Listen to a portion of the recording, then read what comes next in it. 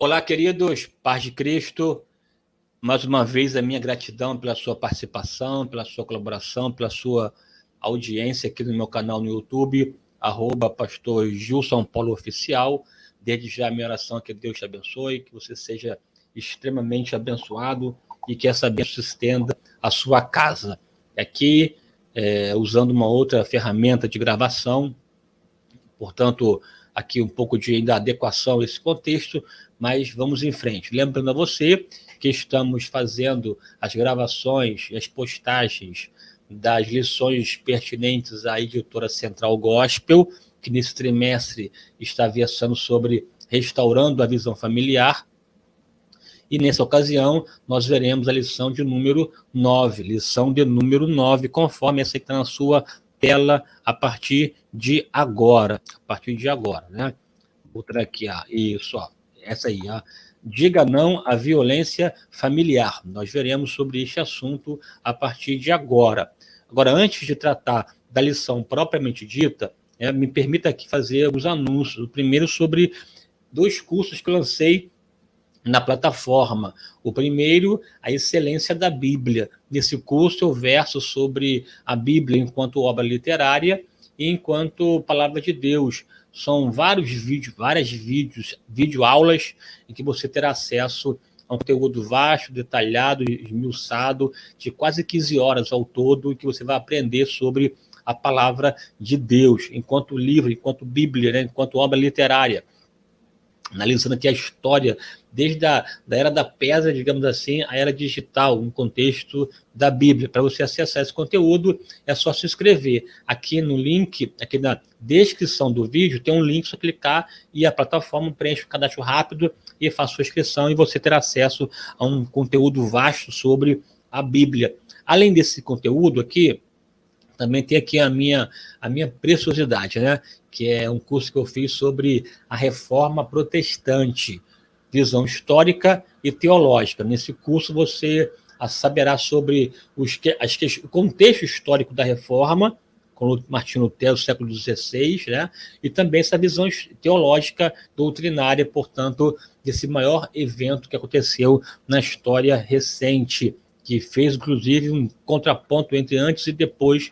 Para você acessar esse conteúdo, também aqui embaixo, na descrição do vídeo, há um link, é só clicar e você vai, então, ser encaminhado para a plataforma. Então, colocar aí a câmera do seu celular no QR Code e você, então, vai ser endereçado para lá. Esse curso, normalmente, custa R$ 297, mas há aqui um desconto, né, para você, nessa ocasião, até em comemoração aos 506 anos da Reforma, sai a 140. Mas se você usar o cupom Reforma 506, vai para R$100 e pouco, mais ou menos. Daí um total de 12 de R$10,50. R$10,50. Então vai lá, faça a inscrição e venha juntos crescendo para a glória de Deus. Ok? Outra coisa importante, que já encerra a minha participação no que diz respeito aos anúncios, é que sábado agora, dia 2, né, sem ser amanhã, no caso, né, no sábado seguinte, dia 2 de dezembro, eu farei aqui o meu terceiro podcast da Palavra. O podcast da Palavra é um programa, é um quadro aqui do meu canal Crescendo pela Palavra, em que eu faço uma roda de conversa com amigos referências, né? Nesse caso agora, eu farei sobre igreja, coluna e firmeza da verdade. E nessa ocasião, eu conversarei com o pastor Odilton Ângelo e o pastor Ronald Gustavo sobre o tema Igreja, Coluna e Firmeza da Verdade. Portanto, não fique de fora, põe na sua agenda aí, anote aí, fique atento. Será que ao vivaço, sábado às 10 da manhã, aqui no meu canal Crescendo pela Palavra, o podcast da Palavra, o seu podcast em que você cresce e amadurece. Lembrando você, tá? Caso queira investir no canal para que possa atingir mais pessoas, aprimorar aqui o sistema de gravação e de transmissão, tem na sua tela, um rodapé, seja um apoiador, chave Pix 21984778523, 21984778523, maravilha, vamos lá, avançando em nome de Jesus, tá bom? Os objetivos da lição de hoje como sempre, tríplice. O primeiro, entender a influência da cultura no que diz respeito à violência familiar, compreender como evitar conflitos conjugais e, por fim, como agir quando a violência já aconteceu.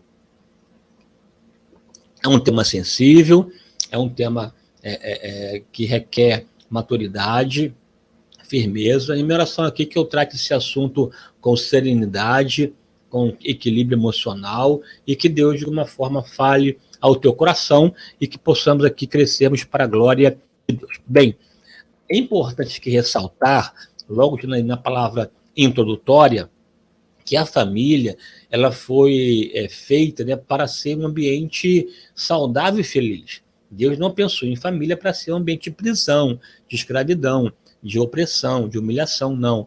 Foi para ser um ambiente saudável e feliz. Tanto que Adão, ao ver Eva, disse: osso dos meus ossos, carne da minha carne, uma alegria só, né, uma complementariedade, um aspecto de reciprocidade. Inclusive, tem aqui no meu canal um vídeo em que eu trato sobre isso. O vídeo é Casamento, um lugar onde tudo começa, que eu trabalho a miúdo o texto básico do livro do Gênesis, capítulo 2, é só acessar aqui o vídeo e assistir, né? Portanto, o casamento, eu defendo que tem a ver com o aspecto de promover um ambiente saudável e feliz, de segurança e proteção, E, é claro, de completude e reciprocidade. Portanto, é uma bênção. Qualquer casamento, qualquer família que não esteja vivendo essa realidade é porque há uma disfunção. E é possível, e é necessário, é importante, né, resolver essa disforia e, de maneira a restabelecer o padrão inicial. Veja, em síntese, né, a família tem a ver com a promoção e proteção. Deus colocou, inclusive, Adão no jardim para lavrar e guardar. É promover e proteger. Logo, neste contexto, não há espaço para violência, seja física, verbal ou psicológica. Não há espaço para isso. É preciso atentar, atender, mudar e reescrever uma história de sucesso, de vitórias, tá bom? Vamos lá aqui, ó. Mas, afinal, o que leva um ser humano a agredir alguém? Porque, por mais que seja um ambiente para poder promover proteção e promover promoção, é fato que encontramos muitos casamentos marcados por violências, né? E violências sérias, inclusive até de assassinato. Uma questão, realmente, aqui, repito, melindrosa, sensível, e aqui nós tocaremos em pontos importantes ao longo da lição, né? O que leva a pessoa? Aí tem várias questões, um temperamento descontrolado, a pessoa por temperamento, a forma de ser dela, né? O seu ímpeto, a sua maneira como ela lida com as questões é de maneira descompensada, descontrolada, tem a ver muito com o seu estilo temperamental. É que é importante dizer que o temperamento muda ou é controlado. Não importa, seja mudando ou seja controlando, a pessoa tem que se livrar dos defeitos que nós carregamos no comportamento, né? Se controla, temos o Espírito Santo que controla a nossa vida. Se muda, temos o Espírito Santo que muda a nossa vida. Portanto, não há justificativa alguma para um comportamento agressivo. Mas é verdade, tem pessoas que estão mais inclinadas a lidar com o meio de maneira mais incisiva e não consegue contemporizar, dialogar, assim, de uma forma, ter uma postura de relevar, ela quer tirar tudo a limpo, passar em branco, não passa nada e tal, né? É difícil de você engolir alguma coisa, é o temperamento. É preciso colocar o temperamento nas mãos de Deus para mudar. Não importa, você que está aí me ouvindo, você pode mudar sim. Você é sujeito, você é pessoa, você pensa, analisa, tem capacidade de mudança, desde que você se entregue nas mãos de Deus e peça para mudar. Moisés foi tratado como o homem mais manso da Bíblia, e um homem que matou um egípcio, um general de guerra, e foi um homem manso. É possível mudar sim. Paulo, um perseguidor, passou a ser perseguido. É possível mudar. Não tem você não carrega a síndrome de Gabriela. Eu nasci assim, vou morrer assim. Não, você pode mudar, sim senhor, sim senhora, né? Também é claro que, no contexto de família, às vezes a violência também é fruto de um ciúme exacerbado, não um ciúme de quisela, não um ciúme que protege, mas um ciúme que é doentio, descompensado, descontrolado. A pessoa não consegue de forma alguma lidar com com o outro na confiança, porque ela é insegura, carrega complexo de inferioridade e de insegurança, e essa insegurança provoca o ciúme, e esse ciúme acaba levando a um comportamento agressivo, de violência, fruto mesmo de insegurança. É preciso entender que na relação conjugal, a fidelidade e a confiança devem nortear, pavimentar esse chão, porque se estiver inseguro e marcado por infidelidade, esse ciúme pode gerar problema e tornar a relação extremamente incompatível com a felicidade e promovendo, portanto, a violência, né?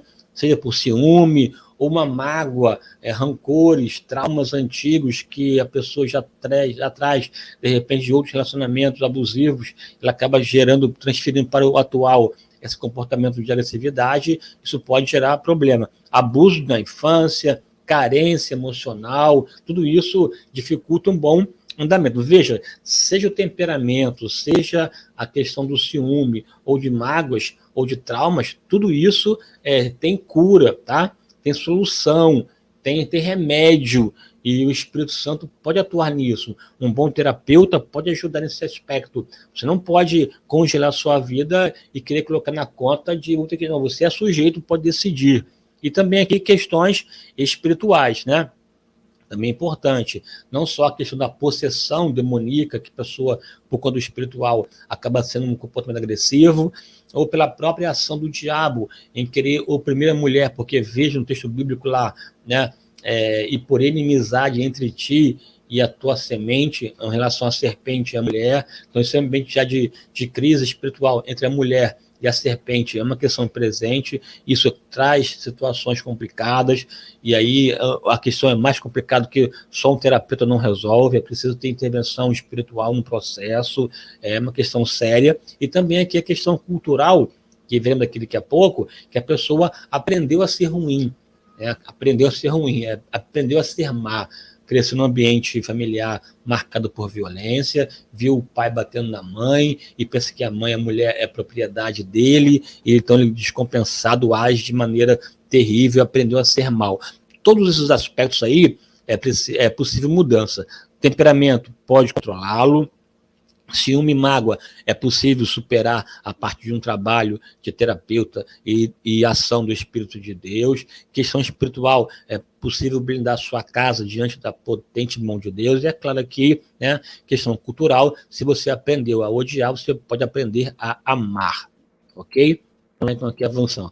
Questão cultural, né? Vamos pensar aqui nesse ambiente cultural, esse ambiente marcado pela violência da mulher.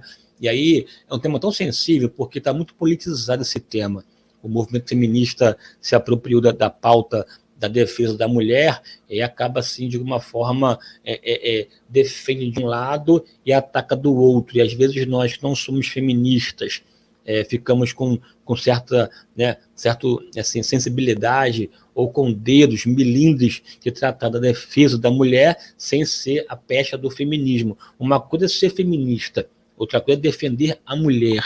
Defender a mulher, temos que defender. Ninguém aqui é contrário à defesa da mulher. A gente vive, de fato, num contexto cultural em que a mulher é vilipendiada. E muitas delas vivem, né, em ambiente de vulnerabilidade social. É importante atentar para isso. Sem essa pauta feminista, que é uma outra questão, uma outra causa. Mas o fato é que é preciso intervir, porque culturalmente a mulher sempre vem sendo tratada de maneira inadequada, né? Vamos lá aqui, ó. Mas aí, vamos pensar aqui nos dados, nesse aspecto de violência familiar. Vamos pensar aqui nos dados, aí dados oficiais do IBGE.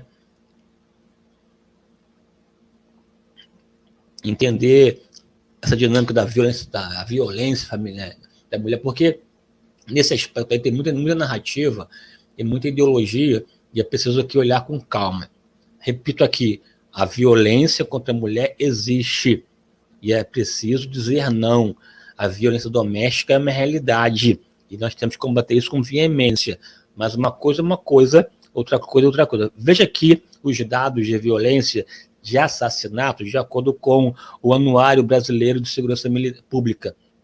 São informações que as secretarias de segurança estaduais informam e estabelecem um relatório anual, né, para fazer esse retrato da violência no Brasil. A gente percebe, nos últimos, de 2018 até 2022, até um declínio, uma diminuição da taxa de morte por assassinato, né? E tem muitos dizem que é por conta disso, daquilo outro, mas de fato o último governo, com esse tom mais duro, mais direto em relação à violência, acabou de alguma forma amortecendo isso. Então, há de fato um declínio da violência de 2018, 19, 20, 21 e 22. Veja aqui, eu coloquei só de 2 anos, coloquei o ano de 2021 e o ano de 2022. Em 2021 morreram, foram assassinadas 48.400 pessoas foram mortas, assassinadas. E em 2022, 47.500, né, pessoas foram mortas, assassinadas. Os estados mais violentos do Brasil ainda são Amapá, Bahia e Amazonas. No Amapá, 50,6 pessoas são mortas em relação, no contexto de 100 mil pessoas. Para cada 100 mil habitantes, morrem no Amapá anualmente 50,6 pessoas. E o estado mais violento pós-Amapá é o da Bahia. A Bahia também, na verdade, até as cidades mais violentas do mundo estão na Bahia. A Bahia é marcada por violência, inclusive agora, esse tempo agora atrás, até houve questão de intervenção estadual, se haveria, federal, se haveria ou não, por conta da situação periclitante na Bahia. E Amazonas também é um estado que muitas pessoas são assassinadas, 38,8 pessoas para cada 100 mil habitantes. Os estados menos violentos, pasme, né? São Paulo e Santa Catarina. É claro que na cidade de São Paulo tem muita violência, mas o estado em si, como um todo, né, ainda reflete um índice baixo de assassinato. Dessas mortes por violência, assassinatos, a maioria foram mortas por arma de fogo. Mais de 70% das pessoas foram mortas por conta de arma de fogo. Na sua maioria, arma ilegal, né? Ilegal. Agora também, é claro, tem um tipo de morte, por facada, enforcamento, lesões corporais graves, que é o lixamento, enfim, aí está um quadro de violência. Agora, né, olha só, eu estou aqui dando uma viagem para mostrar como a questão é profunda, né? Agora, aí está no mapa aí para você, no mapa, 2 quadros, né? A porcentagem dos estados mais violentos que nós temos. Veja, o estado do Amapá, com 50,8, né, mortes por pessoas mortas para cada 100 mil habitantes. O segundo mais violento é o estado da Bahia. Aí você tem aqui a parte do Nordeste. O Nordeste é um lugar ainda perigoso, Norte também, né? Mas o Nordeste é uma região perigosa, e você tem aqui na região Sudeste ainda um lugar de menos violência, apesar de ser também um lugar de violência, né? E no quadro ao lado, você tem, na verdade, aqui até ampli para você ver aqui melhor, olha só, né? Os 10 mais violentos estados do Brasil. Amapá, Bahia, Amazonas, Alagoas, Pernambuco, Pará, Rio Grande do Norte, Ceará, Sergipe e Roraima. Basicamente aqui os estados do Nordeste e do Norte, né? O Nordeste com essa alta de violência. Na verdade, o Nordeste nosso é um problemão, né? Um povo abençoado, um povo aguerrido, um povo carinhoso, um povo inteligente, um povo de 1000 qualidades, lugares extraordinários, mas também é verdade que o Nordeste é uma região no Brasil que depende de muito ainda participação pública, né? Do poder público. Lá, de fato, nós temos o IDH, esse Índice de Desenvolvimento Humano, muito aquém desejado, no que diz respeito a analfabetismo, a taxa de natalidade, saneamento básico, serviços em gerais, né? Assim, é uma região muito ainda aquém, aí não tem jeito, é um dado. O próprio Lula, o atual presidente da República, disse que tudo de ruim está na Bahia. E aí, um dado, quem governa no Nordeste, e quem governa no Nordeste basicamente é o PT. Então, você percebe, há quase 15 anos de PT de modo hegemônico domina o Nordeste ainda com índices extremamente comprometedores. Eu estou aqui um pouco assim resfriado, quase que eu não gravo essa aula, mas vamos seguir aqui. Perdão, em nome de Jesus, né? Vamos lá aqui avançar. Ó, aqui, agora pensando em termos de violência feminina, né? Então, veja aqui, ó, coloquei para você que em termos gerais, em 2021, 48.004 pessoas, em 22, 47.500 pessoas morreram. Desse universo, vamos pensar aqui em 2021, morreram 3.831 pessoas. No universo de 47 mil, dá menos de 10%. Menos de 10%. Em relação a 22, também menos de 7% mais ou menos que a morte de mulheres anualmente. Né? Aí, desse universo aqui, veja, menos de 10% desse universo, 1.410 foram catalogadas como sendo crime por questões de gênero, né, que eles falam, né, ou do sexo, por conta da marido que matou a mulher, o namorado, o amante, não importa, fruto da condição de ser mulher, que, portanto, aqui de fato seria o tal feminicídio, é quando se morre a mulher por conta do sexo, né, que eles chamam de gênero, mas é sexo, né, enfim, então o nível cada vez menor, ou seja, e sem contar que a população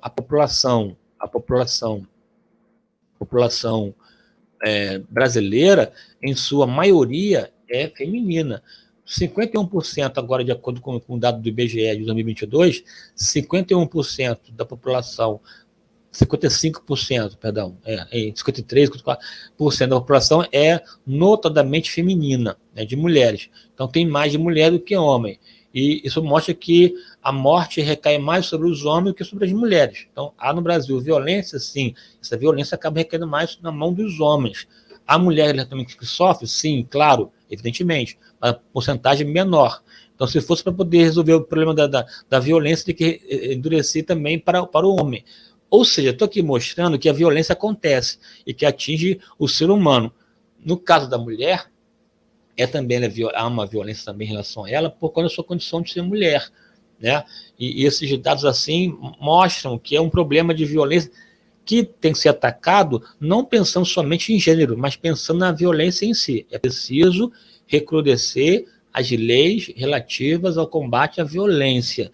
E essa impunidade tem que ser, de fato, sanada. Né? Menos de 10% dos crimes de violência ou de assassinato no Brasil são resolvidos. Né? As pessoas matam e não são... não se descobre, né, quem foi o assassino. O serviço de investigação do Brasil é muito ruim. A impunidade é muito grande. Veja, se menos de 10% dos crimes de assassinato são desvendados, é porque tem pouca gente sendo presa. É para aumentar o número de presos. Como é um contrassenso, né, a questão toda. Né? Aí a comunidade carcerária já grande, mas deveria aprender até mais, porque muitos dos crimes que são cometidos no Brasil ficam impunes, porque não se descobre. Há um trabalho de investigação muito aquém do desejado no Brasil. Então, a sensação de impunidade é muito grande. Então, é preciso combater a violência de maneira mais efetiva, com mais veemência. Enfim, aqui está um quadro para você pensar nessa ocasião. Agora, para além disso, tem aqui um aspecto interessante, né? Que como você deve tratar a mulher. A ponto de vista da teologia, ou a questão teológica, veja, uma só carne. Quando Deus fez a Eva para Adão, e ele mesmo disse que seria agora ambos uma só carne. Portanto, tem a ideia da mutualidade, da reciprocidade, da união, essa união tão perfeita, que há aqui um vídeo meu no YouTube, Casamento, o lugar onde tudo começa, que eu mostro essa questão vinculante uma só carne, né? Então, portanto, não tinha essa ideia de dominação, de subjugação, de controle, de opressão, não tem. Isso é uma coisa estranha à palavra de Deus. Agora, pós-pecado, houve uma consequência que você, enquanto homem de Deus, mulher de Deus, tem que se livrar dela, né? Que a mulher declarou ele: multiplicarei grandemente o seu sofrimento na gravidez, com o sofrimento você dará à luz filhos. Seu desejo será para o seu marido, e ele a dominará. seu desejo será para o seu marido e ele a dominará. Veja que essa dominação aí é um efeito do pecado e não uma proposta ideal de Deus, porque Deus não fez o homem para dominar a mulher. Aqui é uma questão mesmo de desvio de consequência do pecado, e essa dominação a gente vê com muita clareza, né? Não, sobretudo no contexto oriental. Não só oriental, no contexto oriental, como sobretudo, né, nos países islâmicos, a gente percebe essa ideia de subjugação da mulher, enfim, na África até mulheres são mutiladas e tiram dela é violento o seu órgão genital para poder tirar o prazer e tornar somente uma reprodutora, ainda muito, muito subjugada, o homem se sentindo dono da mulher, e isso é um desvio. O cristianismo, Jesus, resgatou a importância da mulher, resgatou a sua dignidade. Ele tinha uma relação de proximidade, de extremo respeito, conversava com mulheres nas ruas, como no caso a samaritana, as mulheres investiam no seu ministério. Jesus ressuscitou e apareceu primeiramente para Maria Madalena, que tinha um histórico comprometedor, mas ele, além de libertá-la, deu-lhe dignidade e lhe confiou a mais importante mensagem, que foi a da ressurreição. O cristianismo tem esse tom de resgatar a posição da mulher, né, ao estado originário, que de fato é uma só carne, portanto não tem a ver com subjugação e opressão. Liderar não é oprimir. Há aqui no meu vídeo, aqui um vídeo sobre liderança, princípio da liderança, né? Liderança na perspectiva cristã, na qual eu mostro de verdade que liderar tem a ver com promoção, proteção, provisão, lei, ordem e liderança, e nisso tem a ver com você dar condições ao liderado avançar, crescer e não ser penalizado. E aqui eu vou depois com você comentar sobre a ação de Jesus, que devemos amar a mulher como Cristo amou a igreja, e nessa relação você vai ver que nada a ver com a ideia de você oprimir, tá? Liderar é uma coisa, oprimir é outra. Questão cultural. Veja aqui, né?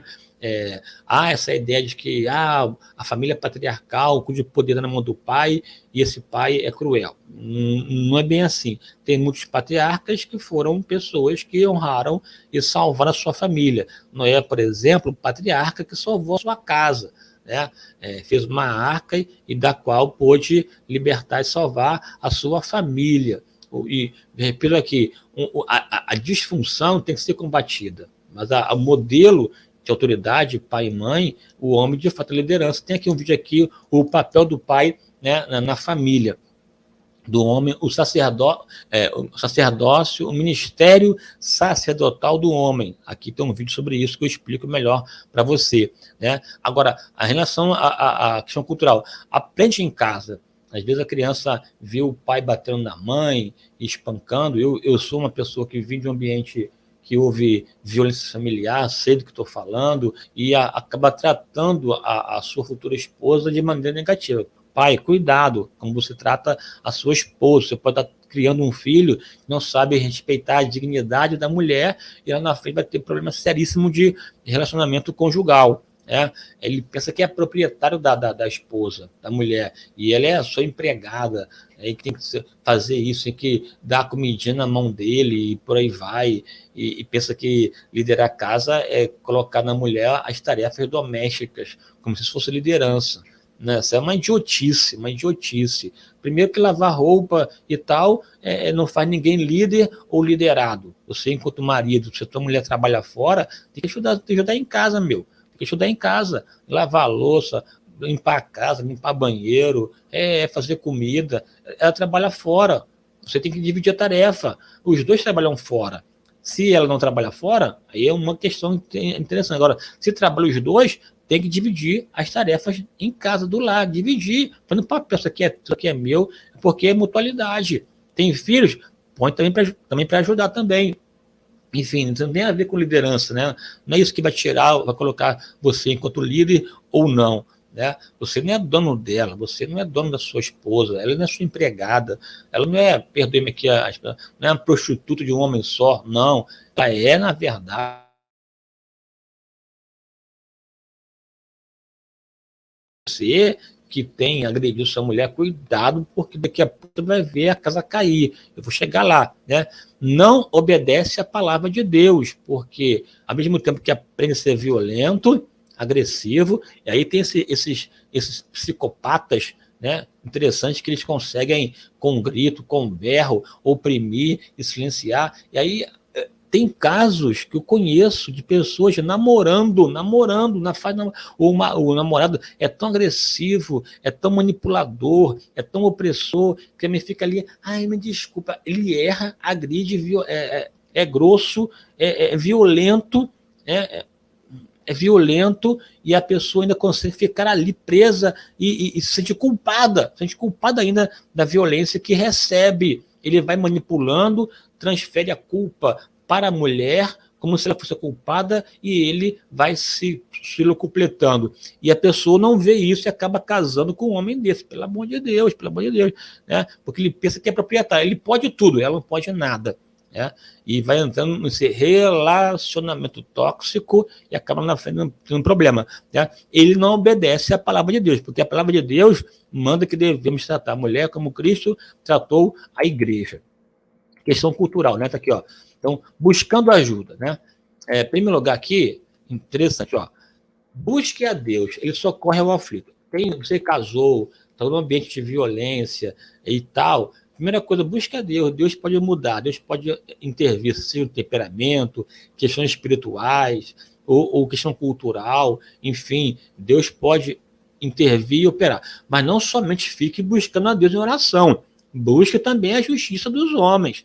As leis estão aí, né? Existem leis que você deve atentar. Não submeta à violência física, emocional, espiritual. Não fique à mercê. Não se entregue. É preciso estabelecer limite. Tem coisas que só você pode resolver.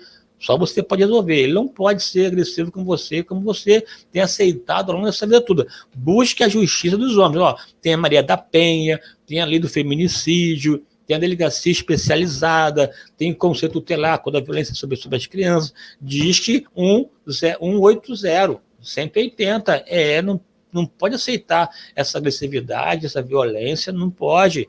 Aí não fique com medo do que vai acontecer. Deus é contigo. Não submeta, não abra mão da sua dignidade por conta de questões sociais, questões econômicas. Não, você é uma pessoa que merece, você, mulher, merece dignidade. Busque a Deus, busque a justiça dos homens, porque se essa violência se perpetrar e você não se posicionar, ela vai só se galopando, crescendo, e você vai ficar em situação complicada. Tem delegacia e especializada. Eu estou aqui falando isso aqui porque tem marido que bate na mulher. A minha mãe ficava de tempos em tempos com os olhos roxos, porque meu pai batia nela. Um problemão, 7 filhos pequenos, uma situação complicada, aquela luta. Até um dia que ela orou a Deus, Deus, não aguento mais, não era crente não, tá? Não aguento mais e tal, e depois de 3 meses que ela orou, meu pai faleceu. Não estou querendo você orar para o seu marido morrer, não, mas o fato é que, assim, essa violência não pode ser perpetrada, não pode continuar, é preciso atentar para isso.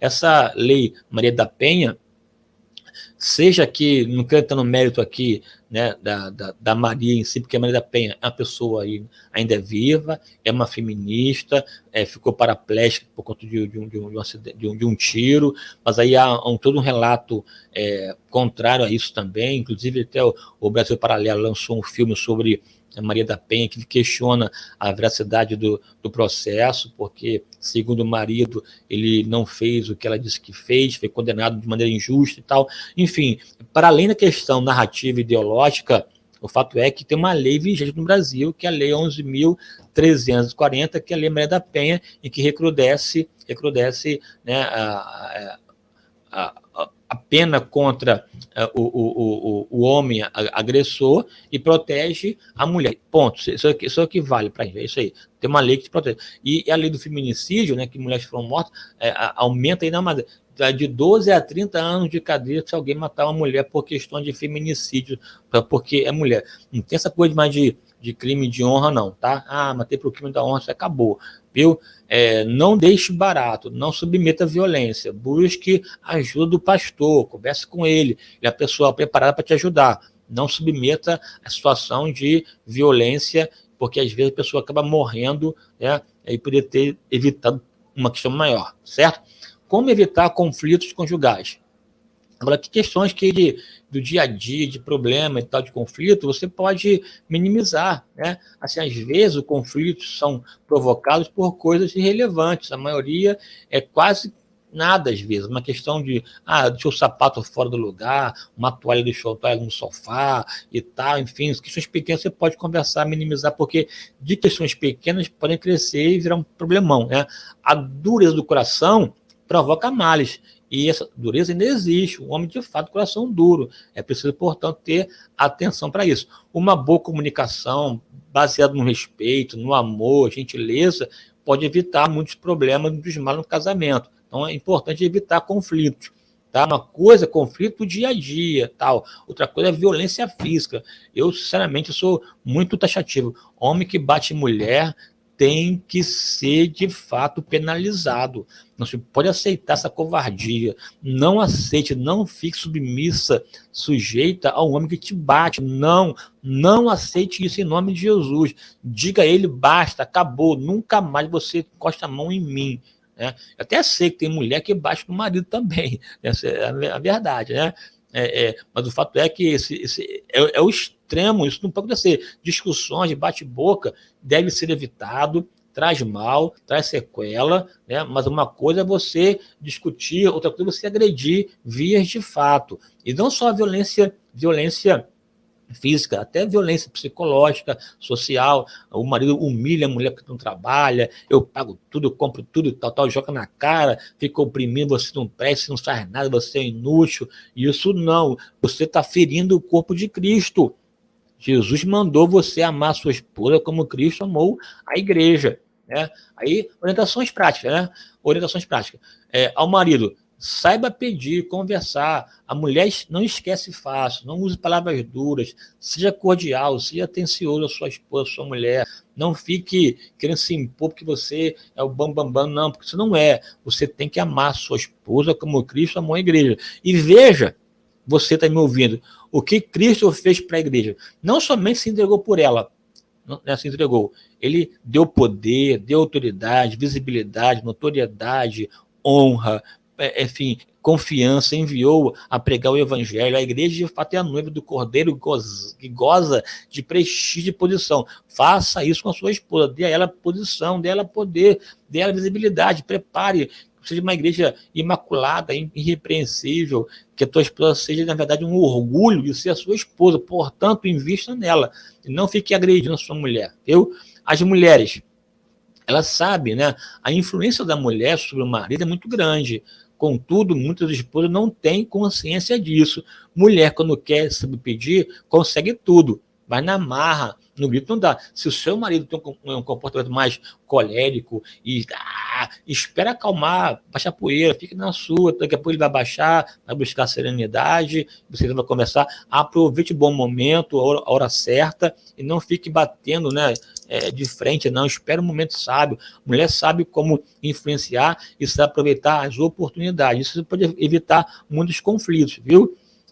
Agora, quando aconteceu a violência, nem sempre os casos de violência doméstica precisam chegar ao ponto de separação.